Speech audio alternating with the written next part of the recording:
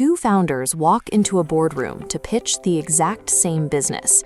The first spends an hour listing unblemished achievements and dodging questions about risk. The second freely admits their previous startup collapsed and details exactly what they broke in the process. Conventional wisdom dictates that the first founder wins.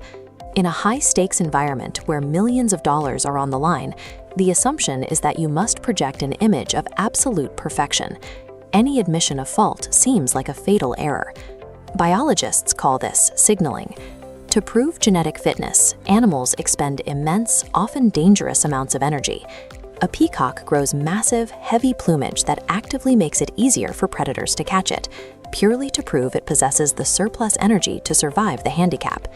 Economists study a related behavior called countersignaling. In human hierarchies, those with newly acquired wealth often buy conspicuous luxury goods, like a massive Rolex, to ensure everyone knows they have arrived. But individuals at the very top of the wealth bracket tend to wear unbranded, understated clothing. The people in the middle oversignal because they are terrified of being mistaken for the bottom. The true elite invest zero energy into proving their status because they know their position is already secure. In a pitch room, an airtight, flawless presentation actually operates as a massive red flag. When a founder desperately performs in vulnerability, investors recognize the behavior of someone trying to prove they belong, rather than the quiet security of someone who actually does. This dynamic explains the heavy friction inside venture capital meetings. Founders arrive terrified that any crack in their armor will cost them the round. This visualizes the brutal math driving investor anxiety. Venture capitalists invest in less than 1% of reviewed startups. Only 8% succeed.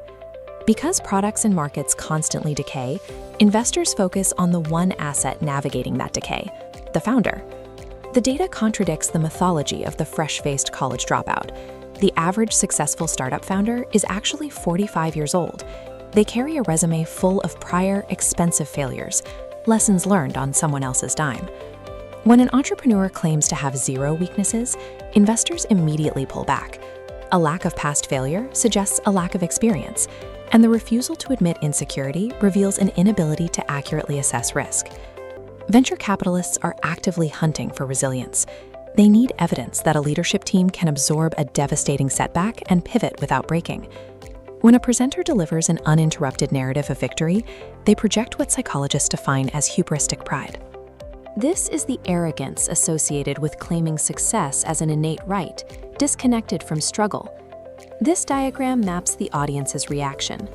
Projecting a flawless record triggers hubristic pride, which generates malicious envy in observers.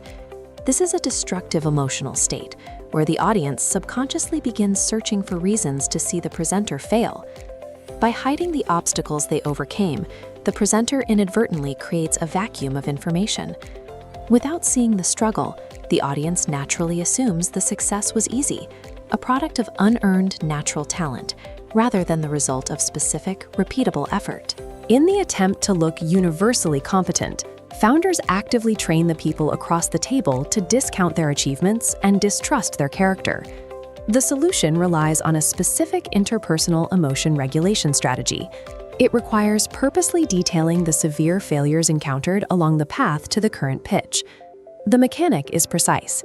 The founder must own the specific mistake, clearly articulate the lesson extracted from the wreckage, and prove how the internal systems or incentives within the business were restructured to prevent a repeat of that failure. This transparency neutralizes hubristic arrogance. It replaces it with authentic pride, a quiet, durable confidence rooted in verifiable effort and adaptation. This contrasting pathway tracks the alternative reaction. When a revealed failure demonstrates authentic pride, the audience's malicious envy diffuses into benign envy. This emotion breeds deep respect, aligning the investor with the founder's struggle. Deploying vulnerability in a high-stakes environment serves as the ultimate form of countersignaling. It proves the presenter possesses enough high-status safety to tell the truth. Taking these psychological principles out of the lab and into the boardroom requires a structured approach to presentation design. Communications experts utilize a psychological tactic known as stealing thunder. Rather than waiting for the diligence phase to uncover a flaw, the founder introduces the worst possible objection themselves. By pivoting a slide with a phrase like, "The most obvious challenge with our approach is," the presenter disarms the tension in the room. They call out the elephant before the investor has the chance to spot it. Immediately dismantling that exact concern with prepared data completely shifts the power dynamic. The founder stops acting like a defensive salesperson and starts sounding like an objective, trusted advisor. Structuring a narrative around its own weaknesses removes the exhausting mental load of maintaining a facade. The facts do the heavy lifting.